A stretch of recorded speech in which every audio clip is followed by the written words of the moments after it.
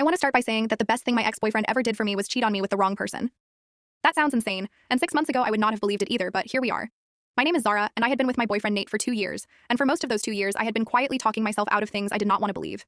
The late nights with explanations that were just detailed enough to sound slightly rehearsed. The way his phone screen faced down on every surface in every room, like something he had trained himself to do without thinking. The specific energy shift that happened whenever I reached for his phone to change the music, not dramatic enough to call out, but consistent enough that I had started noticing without letting myself name what it meant. I told myself I was being paranoid, and that looking for signs was its own problem, and that if I truly trusted him, I would not be watching for them.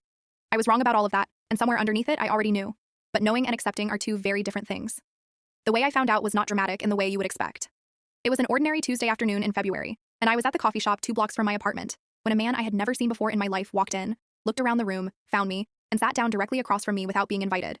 He put his phone face up on the table with a photo on the screen and said, "I think we need to talk, and I want you to know I am not here to cause drama. I just think you deserve to know this before you find out some other way." His name was Callum. He was 31 and had been with his girlfriend Priya for 18 months.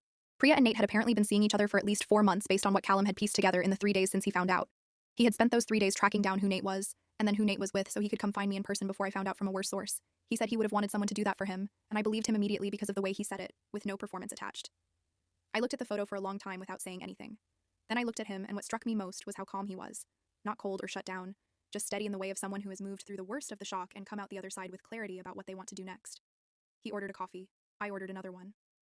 We sat in that coffee shop for 2.5 hours, and by the time we left, we had a plan that neither Nate nor Priya was going to see coming from any direction. Part 2 coming soon.